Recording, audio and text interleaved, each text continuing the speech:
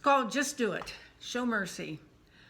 Obeying the commandments helps us to structure our lives with habits that keep us from sin and protect the common good. But law is not enough. Only an interior change purifies our intentions. The Pharisees observed many external practices that gave them a sense of virtue. Everyone could see that they were pious and disciplined. The rituals of diet and hand washing began as health precautions during that time, those years that they were in the desert.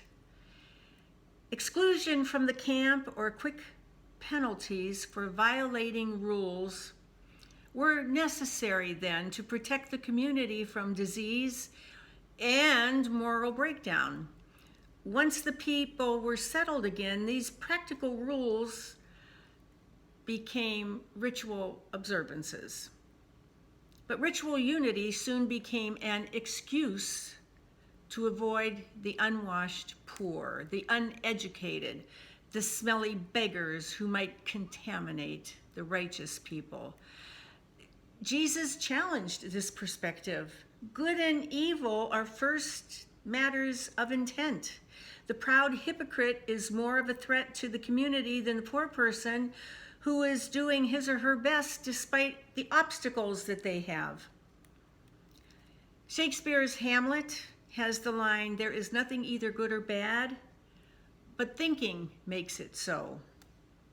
T.S. Eliot in Murder in the Cathedral poses the paradox. The last temptation is the greatest treason, to do the right deed for the wrong reason.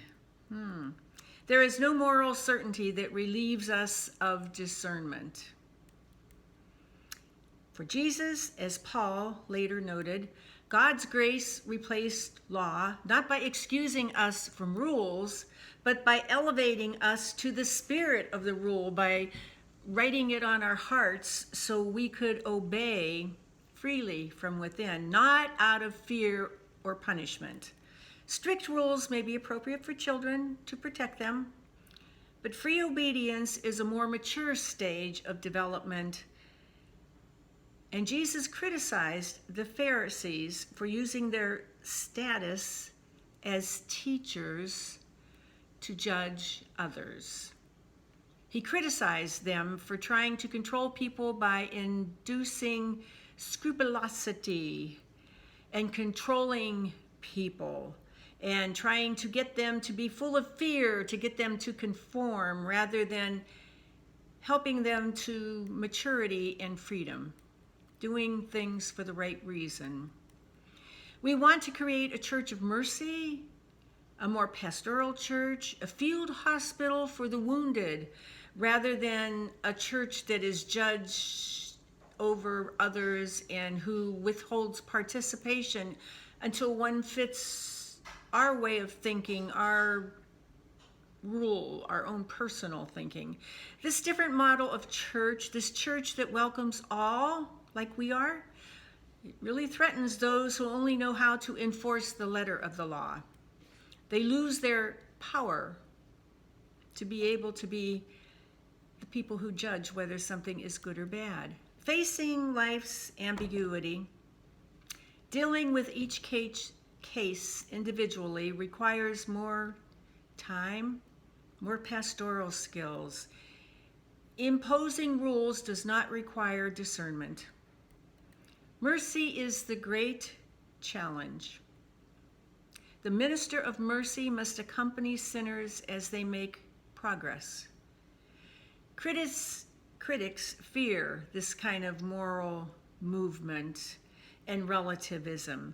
Some prefer all or nothing, in or out, a smaller, poor church rather than a big tent filled with saints and sinners, the whole gambit of people together. But how will we ever tell the difference? Jesus' approach is not to deny the reality of sin, but to question the possibility of one person judging another. Only God sees the heart. Who knows the burdens and limitations one person faces in doing their best? or the hidden sins of someone else who lords it over others. James chapter 5, verse 20 reminds us that mercy covers a multitude of sins, including our own.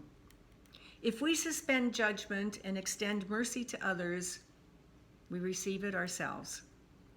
The Beatitude, blessed are the pure of heart, for they shall see God, sums up Jesus' challenge to us to be like God, merciful to everyone.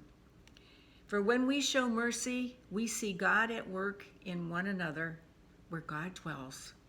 And the people said, Amen.